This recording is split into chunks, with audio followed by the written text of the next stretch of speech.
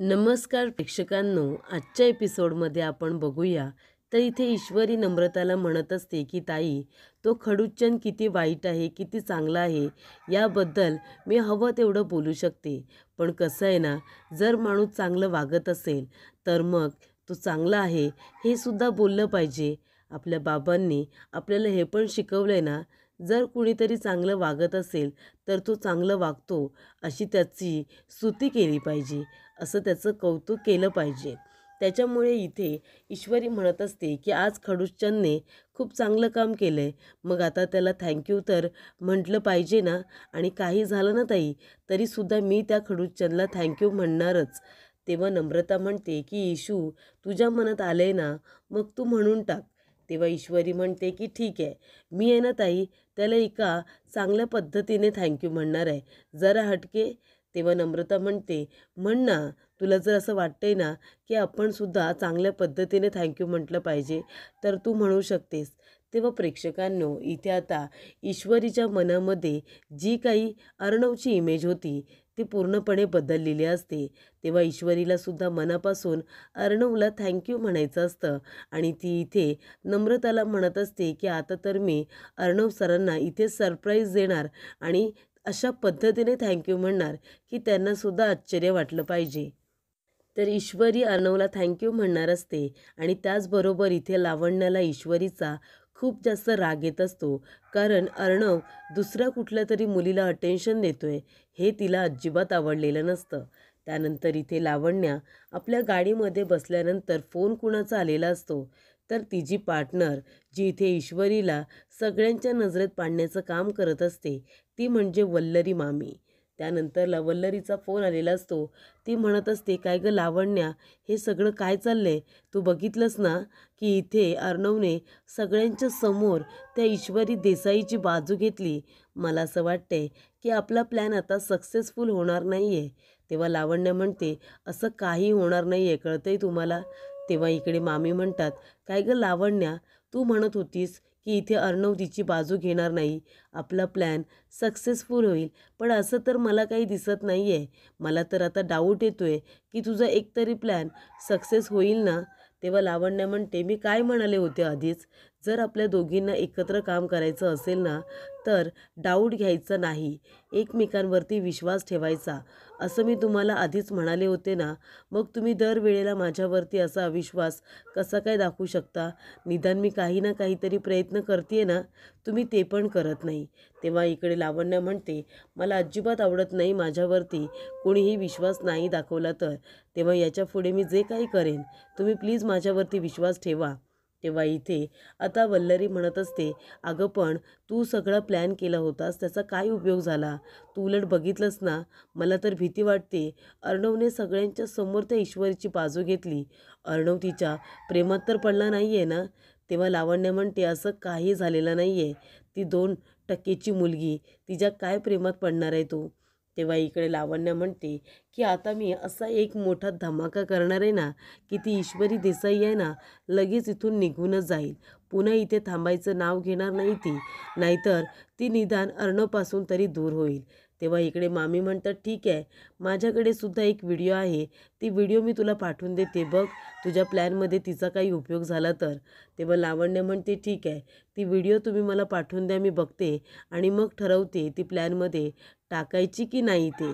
तेव्हा वल्लरी म्हणते, ठीक आहे, काही झालं ना तरीसुद्धा ईश्वरी देसाई लवकरात लवकर ऑफिसमधून आणि अर्णवच्या आयुष्यामधून इथे निघून गेली पाहिजे आणि त्याच दिवसाची मी आतुरतेने वाट बघते, असं मामी म्हणते.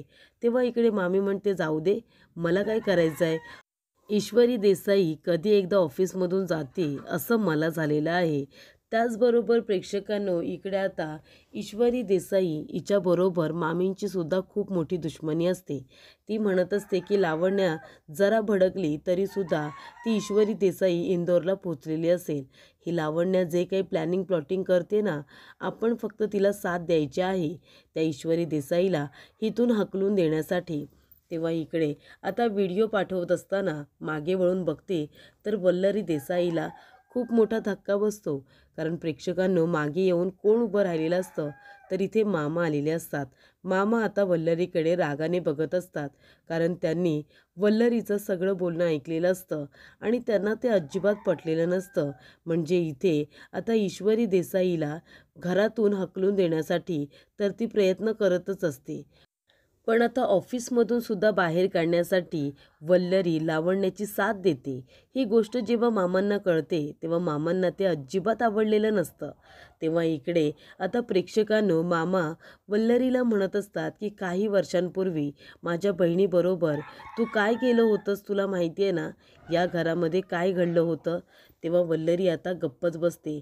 तेव्हा इकडे मामा म्हणत असतात, ती गोष्ट मी अजूनपर्यंत विसरलेलो नाही आहे, पण तरीसुद्धा अजूनही तुला तसंच वागायचं आहे का? तेव्हा इकडे मामी म्हणत असते की तुम्हाला माझं वागणं दिसतं. काही वर्षांपूर्वी मी काय केलं होतं, मी का केलं होतं हे तुम्हाला माहिती नाही आहे का? माझा नवरा जर कर्तृत्ववान असता ना तर हे सगळं करायची गरज पडली नसती. मला या घरामध्ये, एवढ्या मोठ्या घरामध्ये एका बाजूला पाय पुसण्यासारखं राहावं लागलं नसतं. हे कळते का तुम्हाला? तेव्हा इथे मामा म्हणत असतात की पाय पुसणं, अगं तू या घरामध्ये कशी राहतेस ना हे बघ तू. तुला सगळेजण मान देतात, पण तुला तो घेता येत नाही आहे. हे सगळं करायची खरंच गरज आहे का? तेव्हा इथे वल्लरी म्हणते, हो आहे. आणि एक गोष्ट मी तुम्हाला सांगून ठेवते, तुम्ही माझ्या कुठल्याही गोष्टीत नाक खुपसायचं नाही आणि कुठल्याही गोष्टीच्या बाबतीत मला प्रश्न विचारायचे नाही, काही बोलायचं नाही, कळलं? मला जे काही करायचं आहे ते मी करणारच. मी कुणाचं काही ऐकणार नाही आहे, कारण तुम्ही काही करत नाही, तुम्ही तेवढे कर्तृत्व नाही. त्याच्यामुळे मला जे हवं आहे ते मिळवण्यासाठी मलाच हातपाय हलवावे लागतात, कळलं तुम्हाला? असं म्हणून इथे वल्लरी आता रागानेच निघून जाते. वल्लरीचं बोलणं जेव्हा मामा ऐकतात त्यांना ते अजिबात पटलेलं नसतं. कुठली बाई एवढ्या खालच्या पातळीला जाऊन वागू शकेल, विचार करू शकेल, असं मामांना वाटलं देखील नसेल. त्याचबरोबर प्रेक्षकांनो इथे ईश्वरी ऑफिसला आलेली असते आणि ईश्वरी ऑफिसमध्ये आल्यानंतर ती मनामध्ये म्हणत असते की मी जी काही तयारी केली आहे ती इथे खडूचंदला आवडेल ना, म्हणजे सरांना आवडेल ना ती सगळी तयारी. आणि ती म्हणते की सर कधी एकदा येत आहेत.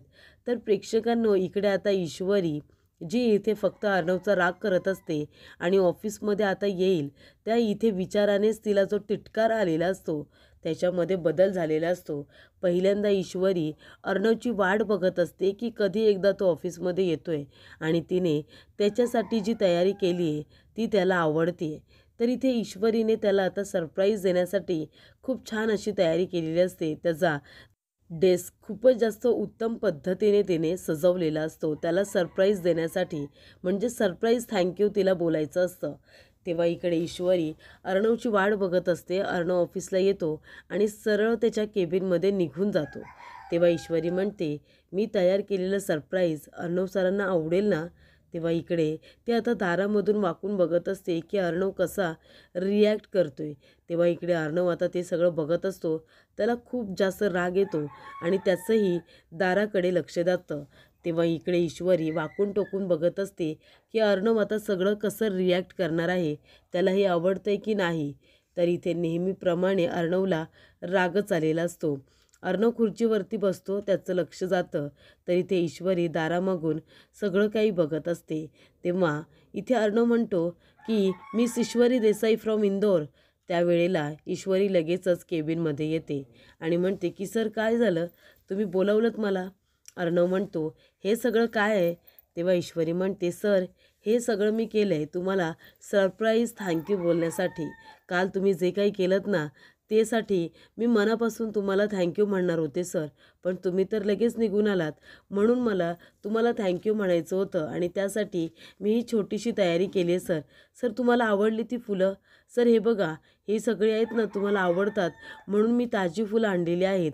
आणि त्याचबरोबर सर ती आहे ना जिलेबी, इंदोरची जिलेबी, म्हणजे ती जिलेबी आहे ना तिला जिलेबा म्हणतात आमच्याकडे, कारण ती मोठी आहे ना.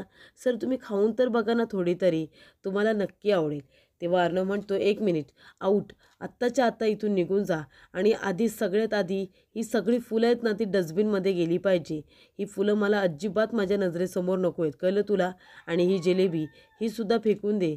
तेव्हा ईश्वरी म्हणते, नाही नाही, 1 मिनिट सर, हे काय करताय तुम्ही? मी इतक्या मेहनतीने ही सगळी तयारी केली आणि तुम्ही हे सगळं फेकून द्यायला सांगताय सर, वाया घालवताय तुम्ही. असं नका करू. ही सगळी तयारी करायला मला खूप वेळ लागला आहे सर. लवकर येऊन मी तुम्हाला सरप्राईज थँक्यू म्हणावं यासाठी ही सगळी केलेली तयारी आहे. आणि सर, तुम्ही ही सगळी फुलं, हे सगळं मी तुमच्यासाठी जे काही केलं आहे हे सगळं तुम्ही डस्टबिनमध्ये फेकून द्यायला सांगताय. तेव्हा अर्णव म्हणतो, 1 मिनिट, मला फुलं आवडत नाही आणि ही सगळी तयारीसुद्धा करायची काही गरज नाही आहे. मला थँक्यूची गरज नाही आहे. त्यावेळेला मला जे वाटलं ते मी केलं. त्यासाठी एवढी सगळी तयारी करायची गरज नव्हती. तेव्हा तिकडे लावण्यासुद्धा येते. ईश्वरी ही आता टेन्शनमध्ये आलेली असते. करायला गेलेली असते एक, झालेलं असतं भलतंच. तेव्हा अर्णव म्हणतो, तू का थांबलेस आता इथे? तू गेलीस तरी चालेल. तेव्हा ईश्वरी म्हणते, सर प्लीज सॉरी, पण माझी तुम्हाला एक रिक्वेस्ट होती. तो छोटा झाड आहे ना, हा पौधा, तो मी आपल्या गार्डनमध्ये लावू का सर? प्लीज त्याला टाकून द्यायला सांगू नका. मी माझ्या हाताने गार्डनमध्ये लावते ना. तेव्हा अर्णव म्हणतो, ठीक आहे, तुला जे काही करायचं आहे ते कर. तुला जे झाडं आता गार्डनमध्ये लावायची ती लाव, पण बाकीची झाडं आता इथून गेली पाहिजे. मला ही सजावट अजिबात नको आहे, कळलं तुला? तेव्हा लावण्य म्हणते की हे सगळं काय आहे सर?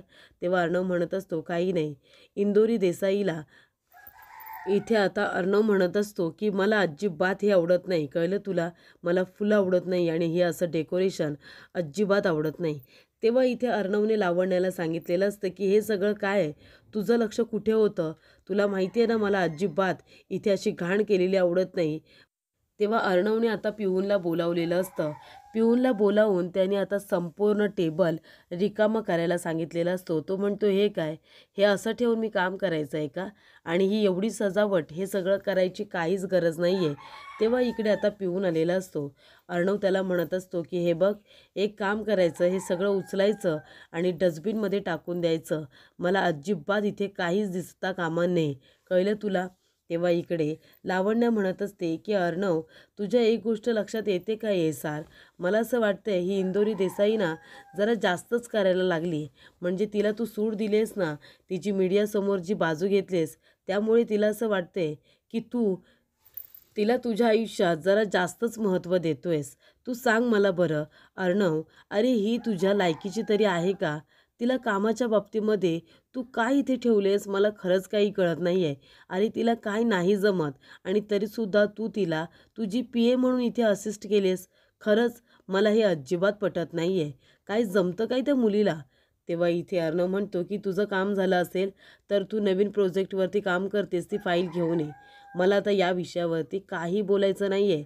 तर इकडे पिऊनला बोलावून अर्णवने सगळं काही आता घेऊन जायला सांगितलेलं असतं. तेवढ्यातच इथे प्रेक्षकांनो, आता बसू आत्या म्हणत असते राकेशला की खरंच तो अर्णव देसाई आहे ना, त्याच्याबद्दलचं माझं मत पूर्णपणे बदललेलं आहे. आधी मला तो माणूस चुकीचा वाटायचा, पण खरंच तसं काही नाही आहे. त्याने इथे आल्यानंतर माझ्या मनामध्ये त्याची जी काही जागा होती ना, जी काही इमेज होती, ती पूर्णपणे चेंज झाली आहे. खरंच माणूस म्हणून तो खूपच जास्त चांगला आहे. तेव्हा राकेशला आता अर्णवची स्तुती ही ऐकवत नसते. वसू आत्याला तो म्हणत असतो की चला वसू आत्या, तुम्हाला तो आवडला आहे ना, म्हणजे आता काही टेन्शन नाही. आता तुमचंसुद्धा त्याच्याबद्दलचं मत हे बदललेलं आहे. ते बघून खरंच खूप छान वाटलं. तेव्हा इथे आता वसू आत्या म्हणत असते, मत तर बदलणारच ना. तो इथे आला, त्याने सगळ्यांसमोर ईश्वरीची बाजू घेतली. ईश्वरीला लागणारा दगड त्याने स्वतःच्या हातामध्ये पकडला. मग त्याने इथे येऊन हे सिद्ध केलेलं आहे की तो माणूस म्हणून सुद्धा किती चांगला आहे. किंवा राकेश म्हणत असतो की आत्या, अहो हे काय बोलताय तुम्ही? चला, म्हणजे निदान तुम्हाला असं वाटतंय की अर्णव देसाई खूपच चांगला आहे, बरोबर ना?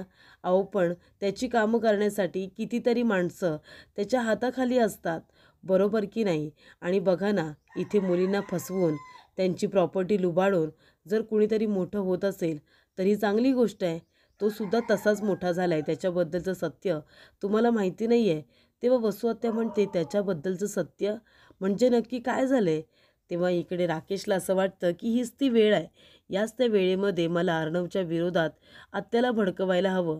नाहीतर अर्णवची इमेज आत्याच्या नजरेमध्ये चांगली राहता कामा नये, नाहीतर माझ्यासाठी अडचण निर्माण होऊ शकते. तेव्हा इकडे राकेश म्हणत असतो, तो आहे ना अर्णव, दिसतो तसा नाही आहे मॅडम. अहो तो कितीतरी मुलींबरोबर फिरत असतो. त्याला त्याशिवाय काही जमतच नाही. यावेळेला सुद्धा त्याने ईश्वरी देसाईची बाजू घेतली ना, नक्कीच त्याला काहीतरी काम काढून घ्यायचं असेल. या सगळ्याच्या मागे ना त्याचा काहीतरी स्वार्थ आहे. स्वार्थी आणि इथे मुलींना फसवणारा, त्यांच्याकडून पैसे उकळवणारा, अशी त्याची इथे सगळीकडे ख्याती आहे. आणि तुम्ही तशा माणसावरती इतका आंधळा विश्वास ठेवताय, याच गोष्टीचं मला वाईट वाटतंय. अर्णव देसाई दिसतो तसा नाही आहे. तो मुलींचा इथे फायदा करून घेतो आणि या वेळेला सुद्धा त्याने तेच केलेलं आहे. उलट जर शक्य झालं ना, तर आपल्या ईश्वरींना तिथे पाठवू नका. त्या बिचाऱ्या खूपच जास्त साध्या भोळ्या आहेत. यांना फक्त मोठ्या लोकांना त्यांचा बिझनेस मोठा करता येतो, बाकी काही नाही. त्याचबरोबर इथे आता लावण्या खूप चिडलेली असते. तिची मैत्रीण येते, तिला म्हणत असते की लावण्या काय झालं आणि तू इथे काय करतेस? तेव्हा लावण्या म्हणते की लावण्या काय झालं, जेव्हा मदतीची गरज असेल ना, तेव्हा सगळ्या फ्रेंड्स मागे उभे राहणार, कुणीही मदतीला पुढे येणार नाही, कळलं ना? जो तो फक्त स्वतःचा इथे स्वार्थ बघतोय. कुणाला मदत केली पाहिजे की नाही केली पाहिजे याबद्दल कुणाला काही फरक पडत नाही आहे. तेव्हा इथे लावण्य म्हणत असते की इथे ती ईश्वरी देसाई माझी जागा निर्माण केलेली घेण्याचा प्रयत्न करते. माझी जागा तिला स्वतःला हवी आहे आणि त्यासाठी ती प्रयत्न करते. तुम्ही काय करताय त्याच्यासाठी सांगा ना? इकडे आता लावण्य म्हणते की त्या ईश्वरी देसाईने आता अर्णवला थँक्यू म्हणण्यासाठी संपूर्ण टेबल तिने सजवून ठेवला होता आणि अर्णवसुद्धा त्याबद्दल काहीच बोलत नाही आहे. पण आता नाही, त्या ईश्वरी देसाईला धडा शिकवल्याशिवाय मी स्वस्थ बसणार नाही. आणि त्यासाठी तिने आता इथे लॅपटॉप दुसरीकडे आणून ठेवलेला असतो आणि त्याच्या भोवतीने इथे सजावटसुद्धा केलेली असते. तेव्हा ईश्वरी येते आणि म्हणते, लावण्य मॅम तुम्ही मला बोलावलंत का? तेव्हा लावण्य म्हणते, हो गं, मी बोलावलंय तुला. मला तुला असं काहीतरी दाखवायचं आहे ना, ते बघितल्यानंतर तुला इथे खूप मोठा धक्का बसेल. तेव्हा इकडे ईश्वरी म्हणत असते, पण काय दाखवायचं आहे तुम्हाला? हे बघा, रूमची क्लिनिंग करून तर झालेली आहे. तेव्हा मला बाकीची कामंसुद्धा आहेत ना. लावण्य म्हणते, असू दे गं, होतील ती. आणि तू इथे रूम क्लीन केलं आहेस हे सुद्धा मला दिसतंय. पण तुला माहिती आहे का, काही गोष्टी तुझ्या कानावरती पडलेल्या कितीतरी चांगल्या आहेत. म्हणून मी इथे तुला आता एक महत्त्वाची गोष्ट सांगणार आहे. तेव्हा ईश्वरी म्हणते, कुठली? आणि हे बघा, मला इथे तुम्ही कशाला बोलवलं आहे ते आधी मला सांगा. तेव्हा लावण्य म्हणते, तुला काहीतरी दाखवायचं आहे. काय मग? इथे तुझी मदत केली ASRने म्हणून थँक्यू म्हणण्यासाठी हे सगळं तू केलंस ना? तेव्हा ईश्वरी म्हणते, हो, त्यांनी माझी एवढी मदत केली म्हणून त्यांना मला मनापासून थँक्यू म्हणायचं होतं, इतकंच. तेव्हा इकडे आता लावण्य म्हणत असते, अगं पण ईश्वरी, तुला माहिती आहे का, जो ASR तुला इतका चांगला वाटतोय ना, त्याने काय केले तुला माहिती तरी आहे का? तेव्हा ईश्वरी म्हणते, काय केले त्यांनी? तुम्ही उगाच आहे ना त्यांच्याबद्दल आता खोटं नाटं बोलू नका. माझा तुमच्यावरती अजिबात विश्वासच नाही आहे. हे मी तुम्हाला आधीसुद्धा सांगितलं आहे आणि आत्तासुद्धा सांगते. तेव्हा लावण्य म्हणते, हो का? मग आता जर विश्वास नाही आहे तर ही व्हिडिओ बघ ना आणि मग जे काही ठरवायचं आहे ना ते ठरव. तेव्हा लावण्य म्हणते की आता तो व्हिडिओ मी तुला दाखवणार आहे. त्या व्हिडिओमध्ये अर्णवसुद्धा आहे. तेव्हा इथे लावण्य म्हणत असते की ईश्वरी देसाई, तुम्हाला माहिती आहे का, अचानक तुमचं आयुष्य कसं काय बदललं आणि तुम्ही इथे इंदोरवरून मुंबईमध्ये कशा काय आलात? तुमच्याबरोबर अर्णव आता चांगलं वागला म्हणून लगेच तुमच्या घरातल्या लोकांना आणि तुम्हाला तो खूपच जास्त चांगला वाटतोय असं वाटतंय ना तुम्हाला? पण एक गोष्ट लक्षात ठेव ईश्वरी, हे जे काही करतोय ना ASR, म्हणजे तो मीडियासमोर आला, त्याने सगळं काही कबूल केलं, त्याने तुझी मदत केली, तुला सगळ्या गोष्टीपासून त्याने निर्दोष सिद्ध केलं की त्याच्या किडनॅपिंगच्या मागे तुझा काही हात नाही आहे, हे सुद्धा त्याने सगळ्यांना सांगितलं. हे त्याने सगळं तुझ्यासाठी केलेलं नाही आहे, तर स्वतःची इमेज वाचवण्यासाठी त्याने हे सगळं केले. तेव्हा लावण्या इथे जे काही बोलते ते ऐकल्यानंतर ईश्वरी म्हणत असते की हे बघा, तुम्ही जे काही बोलताय ना त्याच्यावरती माझा विश्वास बसत नाही आहे, कारण माझा तुमच्यावरती अजिबात विश्वासच नाही आहे. तेव्हा लावण्या म्हणते, हो का? मग आता मी तुला जे काही दाखवणार आहे ना ते तू बघ, त्याच्यानंतरच तुला कळेल की माझ्या बोलण्यावरती विश्वास ठेवायचा की नाही ते. तर प्रेक्षकांनो, पुढील भागामध्ये आपण बघूया. तर इथे लावण्याने जो व्हिडिओ तयार केलेला असतो मामीने, तो व्हिडिओ इथे आता ईश्वरीला पाठवलेला असतो दाखवण्यासाठी. तेव्हा लावण्य तो व्हिडिओ आपल्या लॅपटॉपवरती लावते. त्याच्यामध्ये इथे आकाश अर्णवला म्हणत असतो की दादा, इंदोरला असताना त्या मुलीचा व्हिडिओ तू सगळीकडे व्हायरल करायला सांगितला होतास, त्या मुलीची इमेज खराब व्हावी म्हणून, तिची इज्जत जावी म्हणून. आणि या वेळेला आता मीडिया जेव्हा तिला वाईट साईड बोलत होती तेव्हा तूच जाऊन तिची मदत केलीस. मला कळत नाही आहे की अर्णव राज शिर्के रिअल कुठला आहे, जो तू आधी होतास, जो तिची बदनामी करत होता तो खरा आहे की आत्ताचा खरा आहे. तेव्हा लावण्य म्हणते, बघितलंस का तू, तुला असं वाटत असतं की अर्णव हा खूपच जास्त चांगला आहे, पण असं अजिबात नाही आहे. तो स्वतःच्या स्वार्थासाठी वाटेल ते करू शकतो.